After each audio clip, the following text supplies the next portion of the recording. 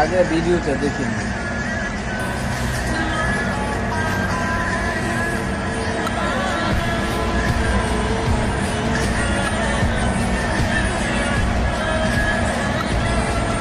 এটা আমাদের বাংলাদেশের প্রথম সুপারস্টার মোহাম্মদ আশরাফুল।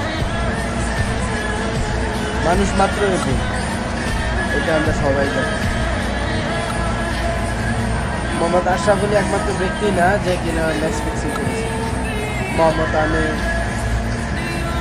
অস্ট্রেলিয়ার অনেক প্লেয়ার আছে, ইংল্যান্ডের অনেক প্লেয়ার আছে যারা নাকি ম্যাচ ফিক্সিং করেছে এবং পুনরায় আবার দলেও আছে।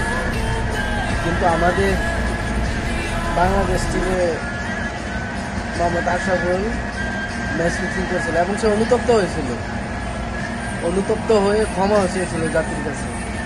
কিন্তু আমাদের তখনকার প্রেসিডেন্ট পাপন,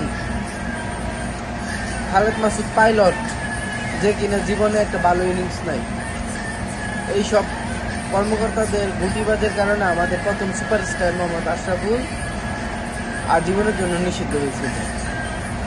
তো আল্লাহ যাকে সম্মান দেয়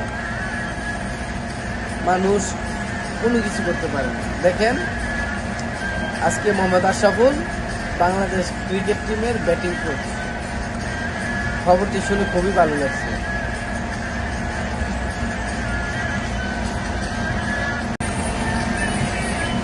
যারা আশরাফুলের ভক্ত ছিল, ভক্ত আছে, তারা জানে আশরাফুল কি জিনিস।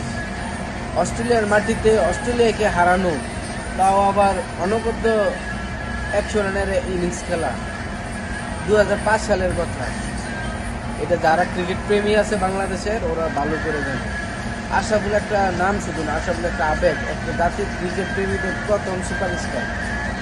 তো গুটিবাজ করে ওনাকে সরিয়ে দেওয়া হয়েছিল। তো দেখেন আবার আজকে ঠিকই বাংলাদেশের ক্রিকেট টিমের ব্যাটিং কোচ হয়ে ফিরে এসেছে। তার সুন্দর সুন্দর শটগুলো হয়তো বা দেখতে পারবো না, কিন্তু তার ব্যাটিং কোচের মাধ্যমে তার শিষ্যদের দ্বারা আমরা সেই শটগুলো আবার পুনরায় দেখতে পারবো।